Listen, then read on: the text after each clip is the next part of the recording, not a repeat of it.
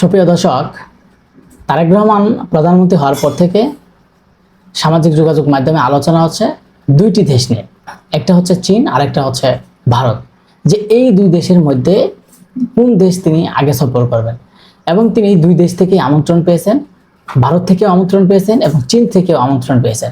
যে দুই দেশ থেকে বলা হয়েছে যে তারেক রহমানকে যাওয়ার জন্য।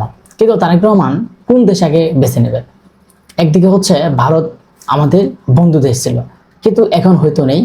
গত 17 বছর বন্ধু নামে সবকিছু লুটে পিটে নিয়েছে এই বাংলাদেশ থেকে।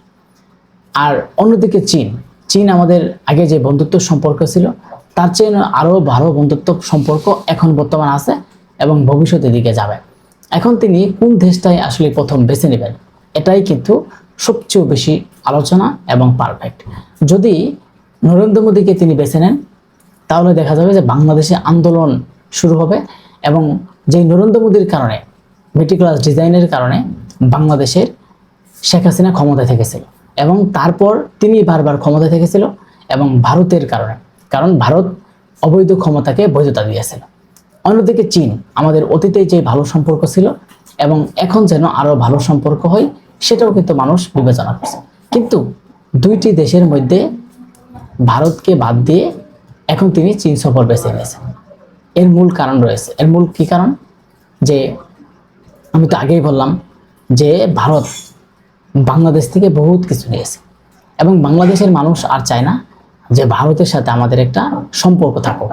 সবাই চায় যে ভারতের সাথে যে সম্পর্ক ছিন্ন হয়েছে সেই সম্পর্ক যেন আর না হয়, এবং চীনের সাথে যেন সম্পর্ক হয়ে বাংলাদেশে গার্মেন্টস ফ্যাক্টরি থেকে শুরু করে বিভিন্ন কিছু নতুন নতুন উদ্যোগ নেওয়া যায়, এবং কিভাবে বেকারত্ব দূর করা যায়, কিভাবে চীনার প্রযুক্তি দিয়ে কৃষি খাতে, শিক্ষা খাতে, শিল্প খাতে, প্রতিটা ক্ষেত্রে চীনের যে প্রযুক্তি, চীনের যে টেকনোলজি, সেইগুলো ব্যবহার করে বাংলাদেশকে এগিয়ে নেওয়া যায়।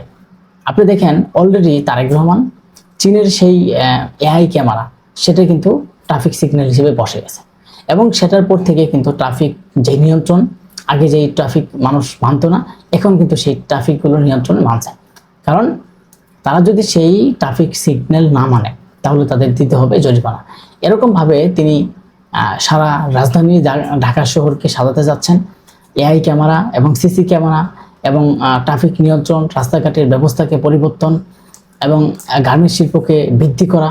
তিনি অলরেডি বাংলাদেশ ব্যাংককে বলে দিয়েছেন যে গার্মেন্টস শিল্পকে বৃদ্ধি করার জন্য, গার্মেন্টস শিল্প যেগুলো বন্ধ ছিল সেগুলো পুনরায় চালু করার জন্য সরকার থেকে যে রকমের সহযোগিতা সব করবে, এবং বাংলাদেশ ব্যাংকে বলে দিয়েছে যে যেন সহযোগিতা করে, কারণ যাতে গার্মেন্টস ফ্যাক্টরিটা বৃদ্ধি করে এই বাংলাদেশে। কারণ গার্মেন্টস ফ্যাক্টরি যদি বৃদ্ধি হয়, ব্যবসা বাণিজ্য যদি বৃদ্ধি হয়, তাহলে দেখা যাবে এই বাংলাদেশের মানুষের কাছে প্রশংসায় আসবেন তারেক রহমান, এবং চীনের সাথেও আরো ঘনিষ্ঠতা সম্পর্ক হবে। আজকে যদি আপনি একদিকে বিবেচনা করেন যে ভারত এমন কিছু নেই, তারা গত 17 বছর নেই নাই, তার বিনিময়ে তারা কিছুই দেয় নাই। কারণ তাদের বিনিময়ে একটাই জিনিস দিয়েছে, সেটা হচ্ছে শেখ হাসিনাকে ক্ষমতায় থাকা। শেখ হাসিনার ক্ষমতায় থাকার সময় আপনারা দেখেছেন যে নির্বাচনের আগে বিশেষ করে বাংলাদেশের পররাষ্ট্রমন্ত্রী ছিল আব্দুল একে মোমেন। তিনি ভারতের সফরে গেছেন নির্বাচনের আগে, সেখানে বাংলাদেশে আসে তিনি সাংবাদিকদের সাথে সাক্ষাৎকারে বক্তব্য দিয়েছেন যে ভারত বাংলাদেশের স্বামী স্ত্রীর সম্পর্ক, তার মানে স্বামী স্ত্রীর সম্পর্ক এরকম বলছেন। এবং তারপর তিনি আরো বলছেন যে ভারতকে তিনি বলে এসেছেন এবার আরেকটিবার ক্ষমতা থাকার জন্য আকুতি মিনতি করেছেন যে আমাদেরকে আরেকটিবার ক্ষমতায় দেন। তার মানে তখনই কিন্তু প্রমাণিত হয়েছে যে ভারত যে তাদের ক্ষমতা দেয় এবং ভারত যে দেশ নিয়ন্ত্রণ করে, এটা কিন্তু প্রমাণিত হয়েছে। কারণ সে সময় শেখ হাসিনা একটা হিল্লা ছিল, এবং শেখ হাসিনা একটা ক্ষমতা থেকেছে শুধু মূল, এবং মানে সাধারণ তিনি একটা ক্ষমতায় ধরে রেখেছেন, এবং সেই ভারতের আইন, ভারতের নিয়ম নীতি, ভারতের মেটিকুলাস ডিজাইন কিন্তু চলতো এই বাংলাদেশে।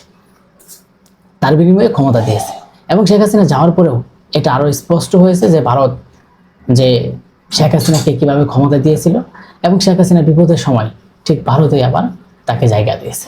তার জায়গা দেওয়ার মূল কারণ হচ্ছে যে 17 বছর তো বহুত কিছু নিয়েছে, এর বিনিময়ে তাকে যদি একটু জায়গাও না দেওয়া হয় তাহলে তো খারাপ দেখা যায়। যেই কারণে ভারত তাদেরকে কিন্তু জায়গা দিয়েছে। আজকে সেই ভারত যদি তারেক রহমান যায়, তাহলে দেখবেন যে বাংলাদেশ মানুষ আন্দোলন করবে, সংগ্রাম করবে তারেক রহমানের বিরুদ্ধে। কারণ যেই ভারতের কারণেই আজকে ছাত্র জনতার উপর আক্রমণ হয়েছে, যেই ভারতের কারণে 17 বছর আওয়ামী লীগ ক্ষমতা থেকেছে, যেই ভারতের কারণে গুম খুন হত্যা থেকে শুরু করে প্রতিটা জায়গায় নিয়ন্ত্রণ করত আওয়ামী লীগ। আজকে সেই আওয়ামী লীগেরই যখন স্থান দিয়েছে ভারত, আজকে যদি সেই ভারত তারেক রহমান সফর করে, তাহলে মানুষের কাছে তিনি আরো মানে প্রশংসিত তো দূরের কথা, মানুষের কাছে তিনি মানে এমন অবস্থা হবেন যে মানুষ খারাপ চোখে তাকে দেখা শুরু করবে।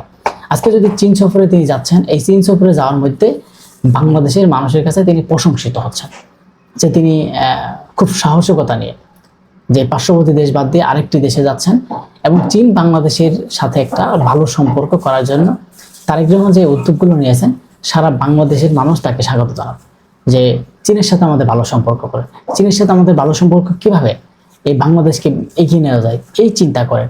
কারণ এমন কিছু চিন্তা করেন না যে ভারতের সাথে সম্পর্ক করে আমাদের এগিয়ে যেতে হবে, কারণ ভারতের চেয়ে এখনো বাংলাদেশ অনেক এগিয়ে আছে এবং সামনে আরো এগিয়ে যাবে।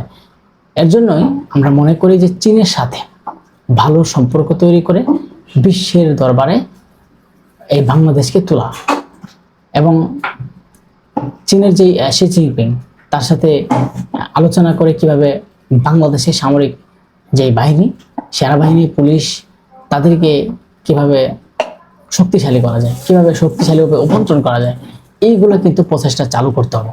এবং বাংলাদেশের সাথে এবং চীনের একটা কিভাবে ব্যবসা বাণিজ্য শুরু করে কিভাবে ভালো সম্পর্ক থাকে সব ক্ষেত্রে, এর জন্য কিন্তু যদি চেষ্টা চালায় হয়তো আমাদের কাছে তারেক রহমান আরো প্রশংসিত হবেন, আরো জনপ্রিয় হয়ে থাকবেন।